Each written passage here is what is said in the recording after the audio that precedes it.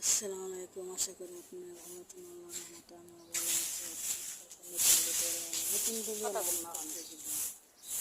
আমরা বাইরে যারা থাকে বাইরে কত কষ্ট কাম করে না, দূর প্রবাসে আইসে আমার আশা পুরাইছে না, কষ্টই নেই। কি কাম করতে কষ্ট টাকা বাংলাদেশের মানুষ দেবে না। বাংলাদেশের মানুষ যদি দিতে পারি ভালো, না দিতে পারলে খারাপ। পকেট 2 টাকা নিবা, একটু ঘুরেন, পকেট 2 টাকা নিবা না, কোনো খুশি না। একটু দেখুন না, আপনার দেখবো না আমাকে। বাংলাদেশে যাই কামাই করে আহম দেশে আসে না,